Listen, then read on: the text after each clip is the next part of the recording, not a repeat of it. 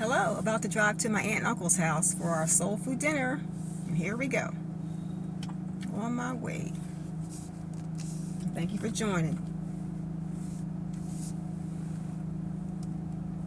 We go out to my aunt and uncle's house every Sunday. We're doing this for quite a few years. The family gets together, we all meet together. And a lot of times, sometimes there's a little bit of arguing. I took my horn, come around these bushes.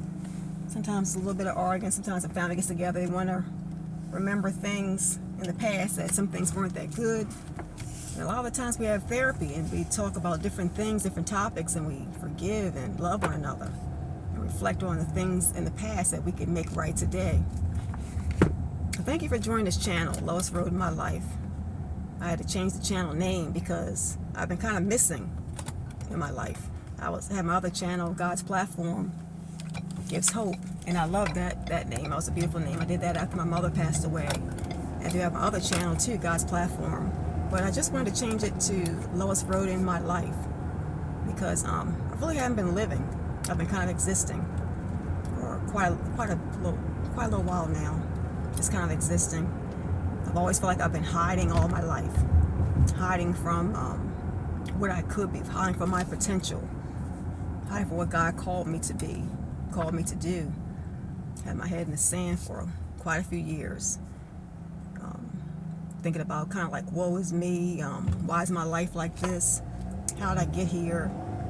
For those who don't know, I live with my mother. Well, my mother passed away, but I live at my mother's home with my stepdad and my cousin. And after my mother passed away, it was very, very hard for me.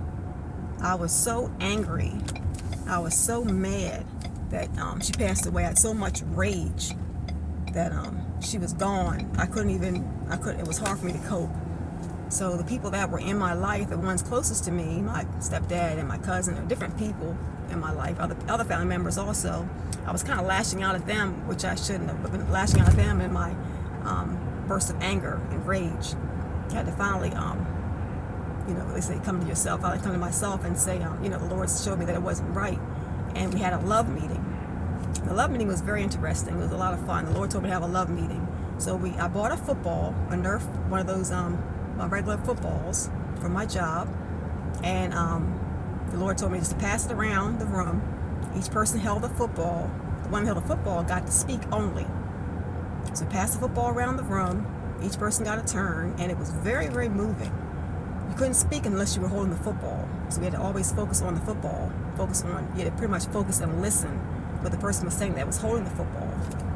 So you held the football and you said what you wanted to say to people in the room or people that weren't in the room. And then no one could respond to that until it was their turn to speak with the football. We went around the room twice, and it was very moving. People were crying and forgiving one another and saying, I'm sorry. I started off first saying, I apologize to everybody I offended and I was angry with and had rage. I said it wasn't their fault. I was angry because my mother passed away. Very, very moving having that love meeting. We had breakfast first. That wife fixed breakfast. Had breakfast first, and it was very, very great therapy. Very, very nice. It was clean. It was cleansing. It was moving. It was refreshing. It was healing. We let a lot of things go, purging a lot of that anger and resentment and pain. Purging and just moving on. So that was such a blessing to have that. Moving forward from that, I kind of got stuck after my mother passed away. I kind of got stuck because she was like my best friend. I didn't know what to do. So I kind of lost myself in work. That's why I haven't been on YouTube too much, because I kind of got lost, giving myself a reason or something to do. So I got lost in my job. I got lost in always working, going to work early, stay late, and I got something to do. I got lost in the work, and after a while, I looked up and looked around. It's like years have gone by, and I'm not accomplishing anything. I have not bought my home. I'm missing time with family members, things like that. So then I finally took a well-needed stress. I was stressful at my job. I took a 7 or 10 day break from my job, just for due to stress and anxiety. I had a lot of anxiety and stress, and did that. And once I did that, I made a decision to take off every Sunday in August. And this is the second Sunday in August. I have 3 more to go. And it's so refreshing, so moving, it's so freeing. I thank God for waking up with with the alarm clock not going off and blaring, and I feel so peaceful now. Looking around and look at the beautiful sky at this traffic light here, looking at the beautiful sky, and just thanking God I'm alive. Thank God I have another chance. I pray this channel encourages you to start today.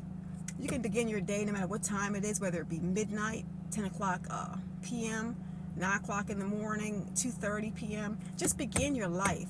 It's never, well, it's 5 o'clock in the day, 5 o'clock p.m. I can't begin. Begin your life. You can still wash a little clothes. You can still do something to be productive. You can still visit someone in your family. You can still go to a movie if you desire to. Take yourself out to dinner. Get a manicure, pedicure, get your hair done. All kinds of things you can do. It's never too late. Just begin today. So that's what my word of encouragement for you today is, to begin today. No matter how small, the goal is today. Make a goal. Set a goal, aim, and make it, hit that goal. And then the next day, make another goal. And then by the time you turn around in a year, you have all these goals hit. 365 goals hit. You have to start. And a lot of times it's not easy to start. God knows, I know it's not easy to start. I sat in my room for how long, being depressed, feeling down, discouraged, feeling bad about my life, and really for no reason. I sat in that room. My room is dark. It's painted like it's a blue. It's a pretty blue, but it's kind of, the way the sun shines on that side of the house, it's kind of a dark, my room is dark.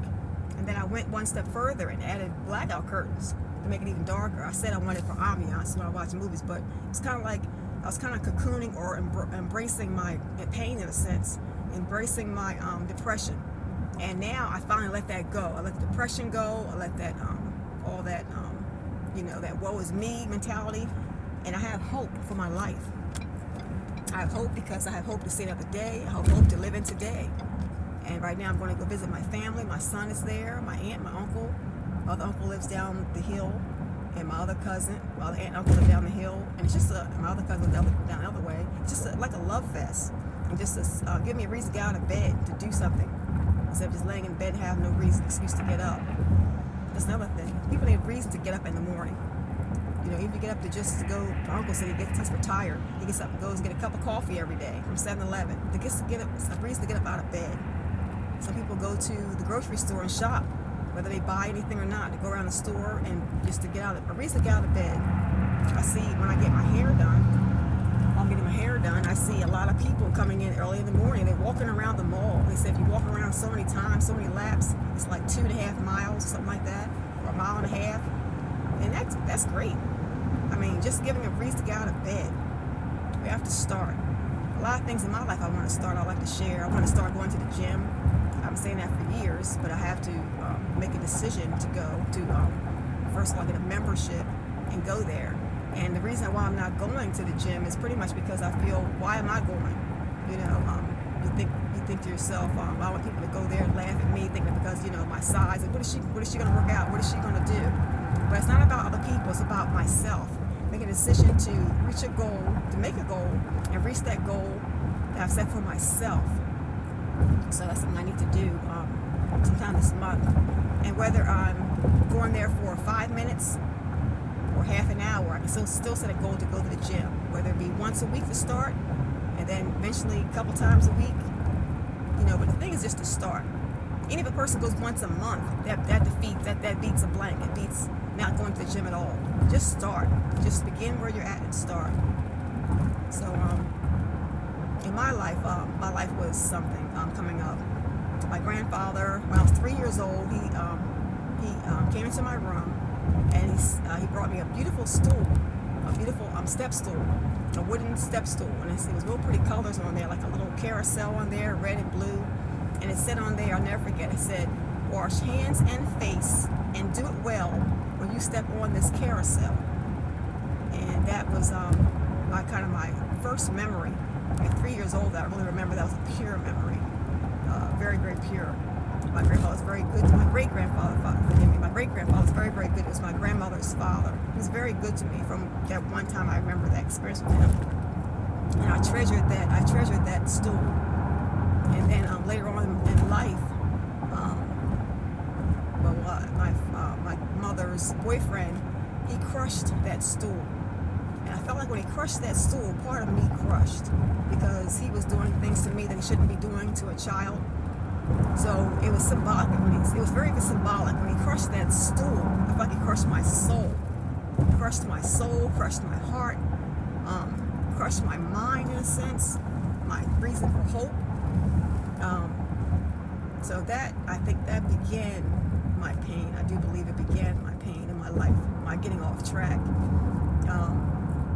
I also had a cousin who was babysitting me, and this was years before that incident happened with my mother's boyfriend.